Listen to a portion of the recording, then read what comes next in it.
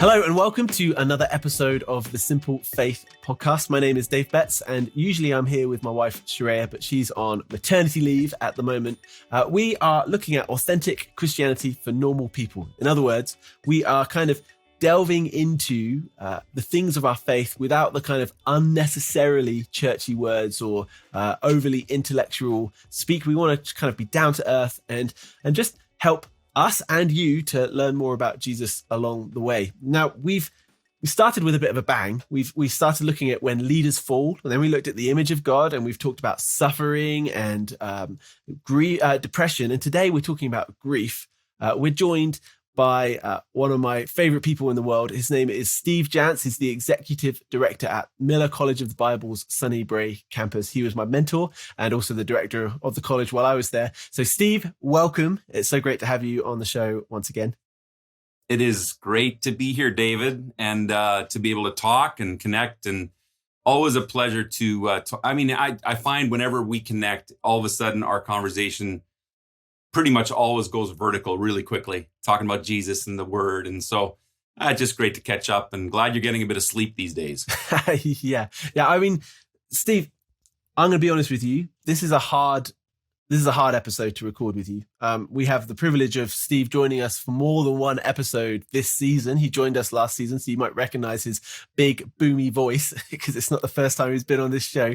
But today we are talking about grief. So as we've kind of traversed our way through suffering and depression, one of the most extreme forms of suffering in the human condition is that experience of loss, is that experience of grief. And Steve, there is a reason that I've brought you onto this show today, that I've asked for you to be here. And I'm so glad that you said yes, because Steve, you've had a hard year at Millar for a number of reasons. I mean, obviously you've had a lot of restrictions, as everyone else has during COVID, but in December, something happened that kind of rocked the college. And I wonder if maybe you could talk about that and share a little bit of your experience there.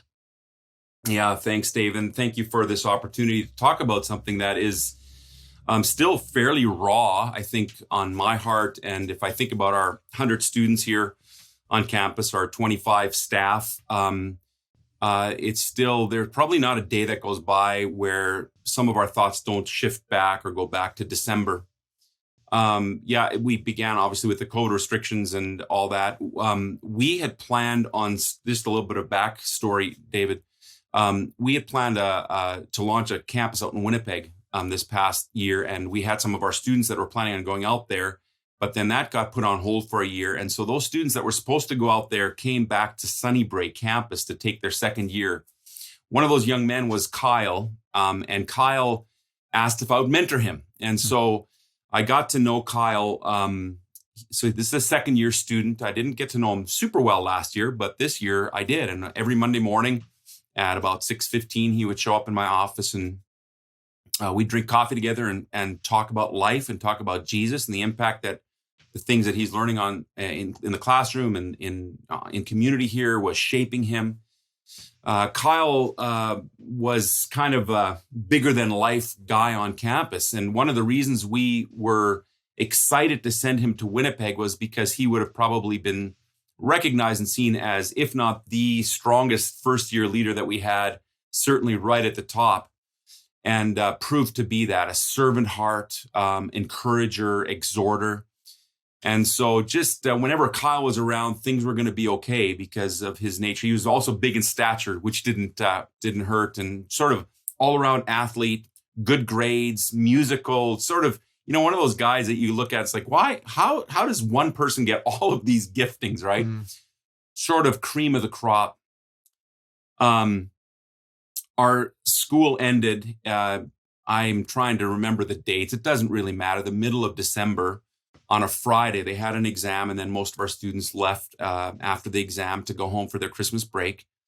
And Kyle and his best friend, Will, who's also a second year, also just an outstanding young man. They're from Alberta, southern Alberta, just south of Calgary in a high river.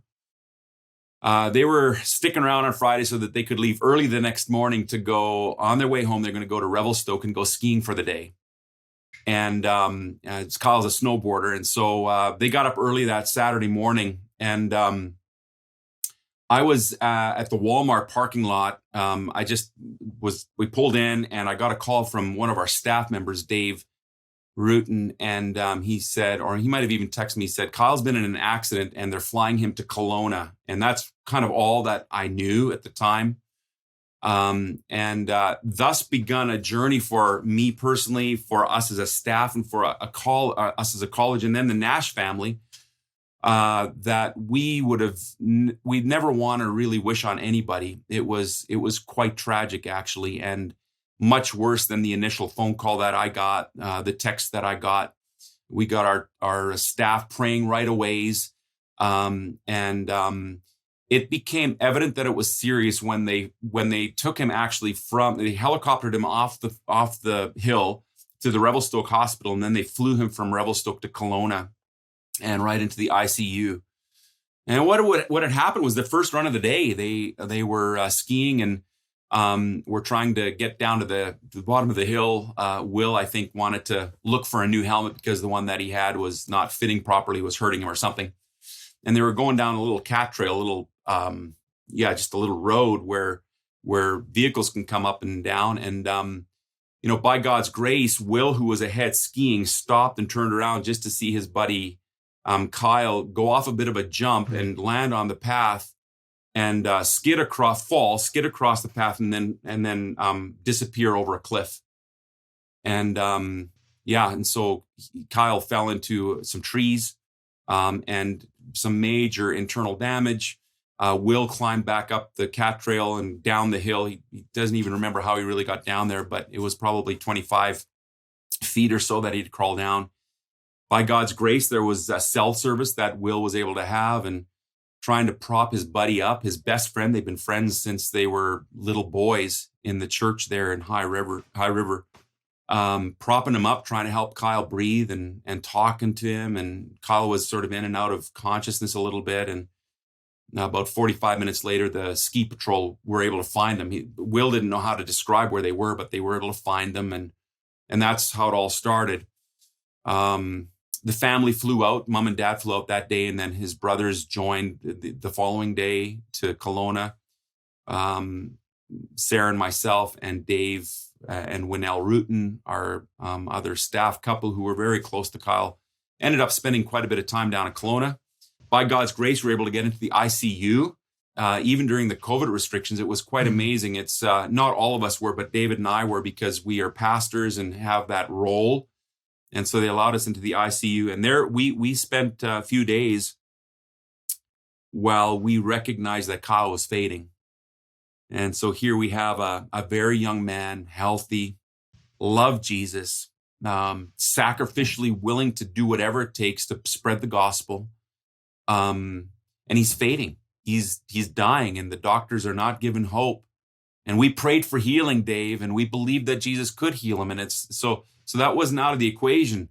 And yet it became clear that this probably wasn't going to be how God's sovereignty was going to lead us in this. And on that Tuesday afternoon, he went home to be with the Lord. Mm-hmm. And boy, I'll tell you, talk about a ton of bricks falling on all of our hearts, our minds, attitudes. Some of our students even just really struggled with some faith issues at that point. And yeah, so that's a little bit of the story. I don't know if you want to press in on any of that, but it was a heavy load, man.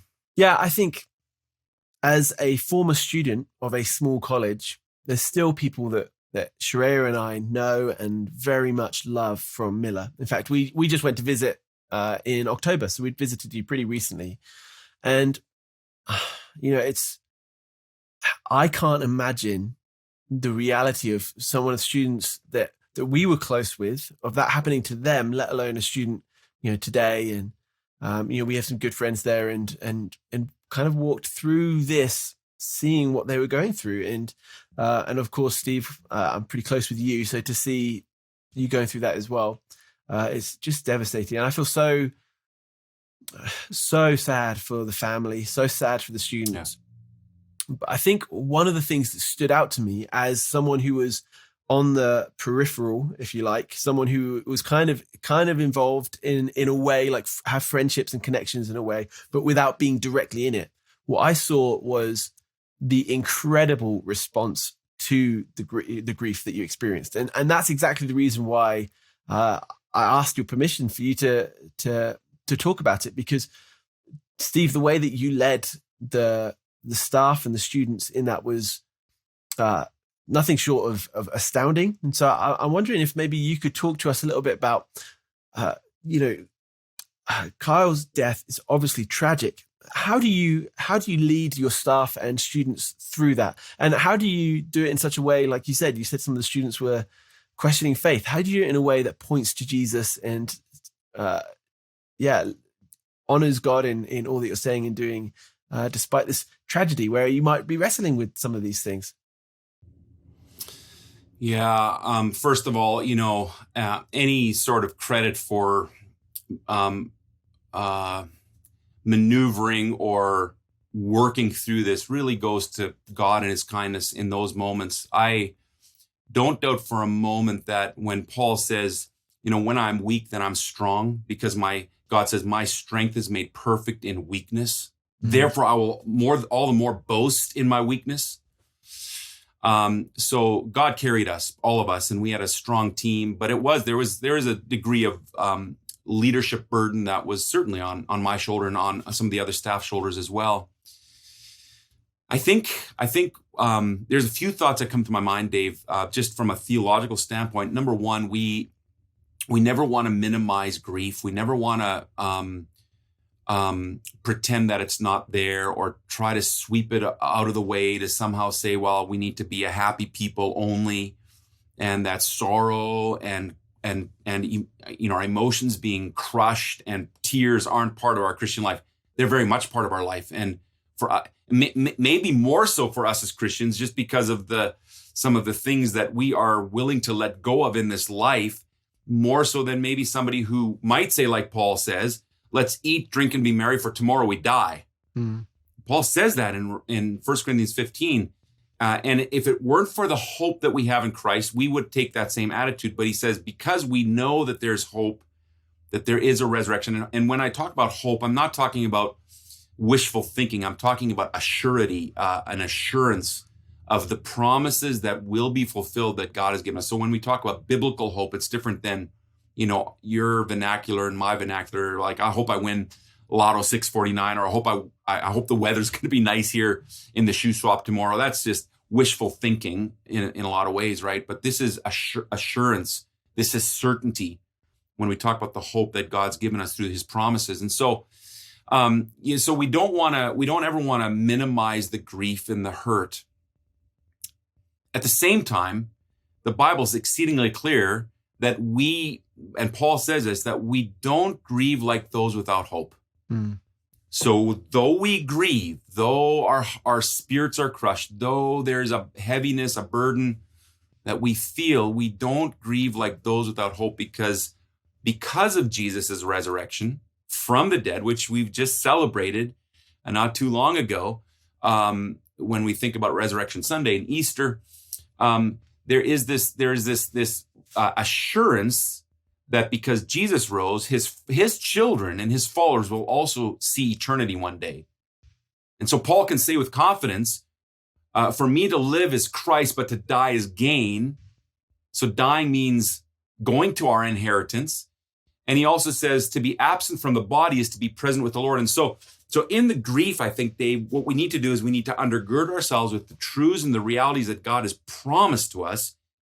And we hang on to those with tight fists. I hang on to my grief, not trying to sidestep that, but I'm also at the same time undergirding that with the truths of what God has said about our hope that we have in Jesus, because he rose from the dead, victorious over death and sin. So I think we mingle that all the time. Even with our students, we had a prayer time before Kyle passed away, prayed for his healing, prayed for, our own hearts as we're grieving this, but all's with the assurance that God is in control. So that'd be the second thing that I would say is God's sovereign. God is sovereign, which and in his providence. So he's providentially allowed this to happen, right? Steve, what do you mean there when you talk about his providence? We've talked about sovereignty on this podcast before, so I'd recommend, if you've not heard that word, to jump back to that episode. But what do you mean by his providence? That's a word we've not come across. Yeah, so sovereignty and providence actually go very close hand in hand. But providence is this idea that not only sovereignty has this idea that God rules and reigns over everything and has the right over everything. He's the creator of the universe. And so he's got like a sovereign nation has control over its own, whatever it might be, laws and rules of the country. God is sovereign over creation. But providence would take it a little step further to say, no, God actually he is providing things to happen in such a way in order to bring himself glory. So he's actively involved. So he's not like, I think there was a song years ago, From a Distance. Remember that song, From a Distance? And it was Steve, I'm much younger than you. Well, look it up. You just like you told people to look up the word sovereignty, look that song up. You know the song. Anyway, this idea that God is standing from a distance and he's watching us from afar. And so you could chalk up sovereignty. He's sovereign over that. But providence is, no, he is actually intimately involved in our lives, in his sovereignty, allowing things to happen, orchestrating things to happen, guiding us, and even sometimes things that we are not thrilled with, like Kyle's passing. This is a providence of God to some degree, right? We know that he'd allowed this to happen. Dave, I used to tell our people when I was pastoring in Winnipeg about God's sovereignty and about his providence. It's kind of like, preparing to go out to the high sea, and you have a boat in port, and you need to ensure that your ballast, which is just a heavy weight in the bottom of a hull, or maybe some water. Now, the more modern ships, they'll take on water. It's a weight at the bottom in order to keep the ship upright when a storm comes, right? So there's a weight at the bottom. And I used to say to our people, and I said it to our students here, I said, before you leave the harbor, before you leave port, you need to make sure that your ballast is set strongly in what you know the scripture says about God's sovereignty and his providence. Because when the storm hits, it's going to be really tough to make sure your ballast is strong at that point. Figure some of these things out, because you're going to get battered to and fro with all kinds of thoughts. And we had some of our students who just struggled with some faith issues. And the reason they pulled through is because they had a strong ballast. And though they had questions, and it's not wrong to question, at the end of the day, they came back to this. And they came back to what God said in his word. And they'd established, I believe that God is sovereign. His providence reigns everywhere in my life. And even though we might not understand all the intricacies of why Kyle passed away, we do trust him that he has done something for his glory, for his eternal glory. And we've already seen it happen. We've seen a response, Dave, since Kyle passed away, a burning in some of our students' hearts to lay their life down for the advance of the gospel and the kingdom of the gospel, or the kingdom of God, the advance of the gospel. I actually just this morning was mentoring, my last mentoring session with one of my students. And I said, what are some takeaways for you? And this was not at all intentional with our podcast today. And he said to me, I think the biggest thing is I've come to grips a little bit more with the reality of eternity because of Kyle's passing. And that the things of this world really are growing dim in light of who Jesus is and what yet is awaiting us one day. I mean, our lives are short, right? James says they're here for a moment, like a vapor. And so it's spurred this on in our students. So God is being glorified even now in our students' lives, in the Nash family's lives. God's doing a work through them in the community there in High River. And God is being glorified and honored even in the response of our students and family and friends of Kyle. Yeah, let's talk about that a bit more, actually, the Nash family, because I haven't seen much from them, but I've seen stuff that you've shared. And what I have seen, I've just been blown away by the godly, just clear response. It's not that they don't grieve, like you say, of course they grieve, but there's something profound about knowing where Kyle is going, knowing his destination. And maybe you could speak a little bit about their response as well, because I think we could perhaps learn from the way they responded to Kyle's passing. They've been an encouragement to us, and we're inviting them to zoom in to our graduation ceremony here in a little bit from now. And they're going to be doing the Kyle Nash memorial servanthood award because Kyle was a servant. And so they've zoomed in. They actually came onto campus. We allowed special permission for them to come and get Kyle's things and meet some of our students after Christmas. So that's been special. Even in these COVID restriction days that we've had, they've been a great encouragement to us. And they have leaned heavily on exactly what I said. They obviously, and I don't know the Nashes that well. I've gotten to know them the past 3 or 4 months now. Before that, I didn't know them other than conversations that I had with Kyle about his mom and dad and his 2 brothers and sister-in-laws, very close family. But they obviously had settled in their hearts some of these truths. And it's not that there wasn't, like you said, a battering and but there's this assurance that, King David says in Psalm 139 that God has numbered our days. Before there even was one, he knew them all. And so God knows your numbers, Dave, and God knows my numbers. And if you are watching today, God knows how many days he's given you in this life. And when that last day is pulled out of the puzzle box, as it were, and it's put into place, he's not going to be surprised by that. We might be. We were very surprised that Kyle's days were done in the middle of December of 2020. And certainly for Danny and Elaine and for his brothers and sister-in-laws as well, they were surprised, but God undergirded them with the reality of the hope of eternity, and that this life really is like a grain of sand on the vast beaches of the whole world. Our life is like the span of our life is like one grain of sand compared to eternity that's coming. And so we prepare for that eternity, and it's through Jesus, trusting him alone for our salvation and the forgiveness of our sin. Yeah, that's so good, Steve. I think should just mention that we do have the Nash family's permission to talk about this. It's not like we're just talking about this behind their back. I think your response as a college and as for the Nash family as a family is just such an inspiration. I wonder if we can maybe take a quick break here, and after a short break, we'll talk about maybe opening this up a little bit. What can we learn from this as believers in our own settings? How can we respond to grief? And also, how can we respond to others who are perhaps going through grief as well? So we'll see you just after the break.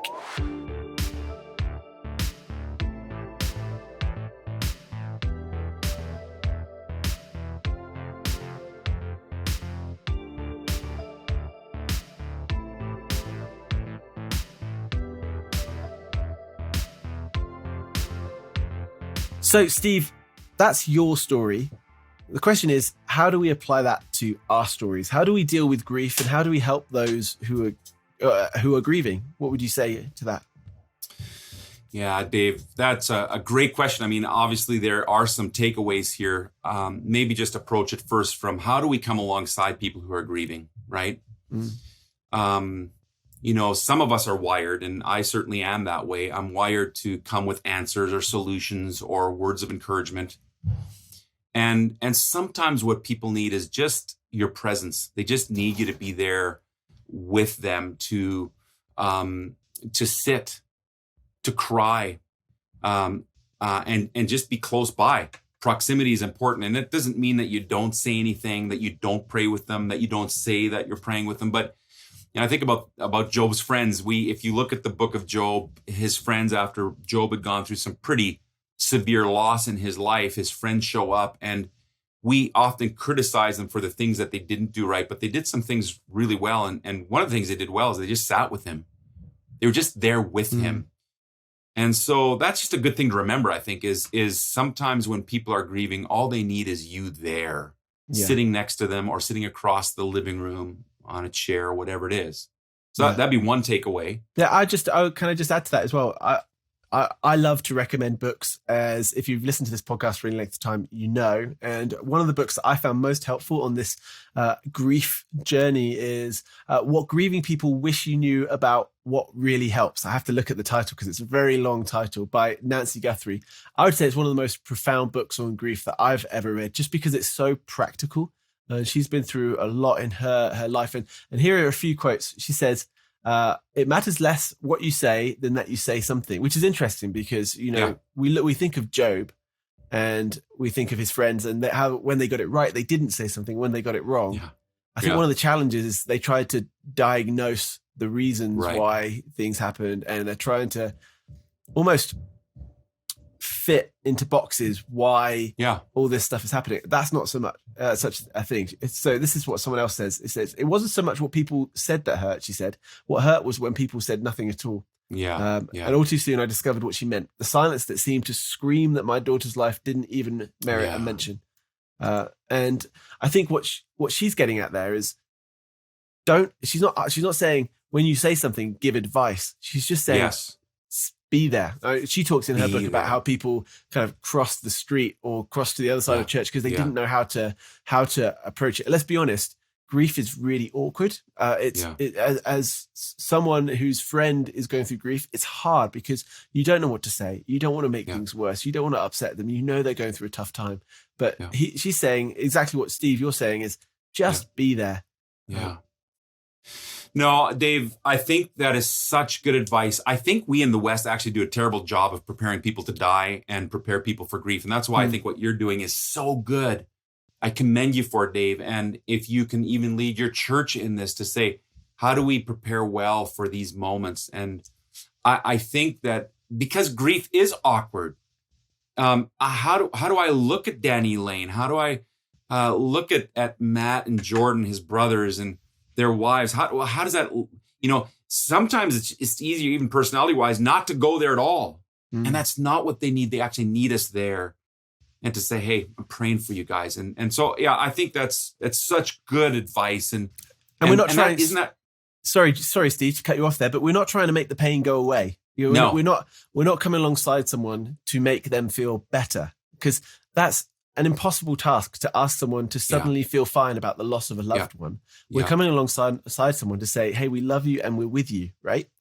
Yeah. That's so good. And I think all you're doing is showing, and the church, out of all the people in this world, should be the best at this. Mm-hmm. Coming alongside of people who are, and we have been comforted with a comfort that we now can bring alongside of somebody else. So that'd be one way that we come alongside people.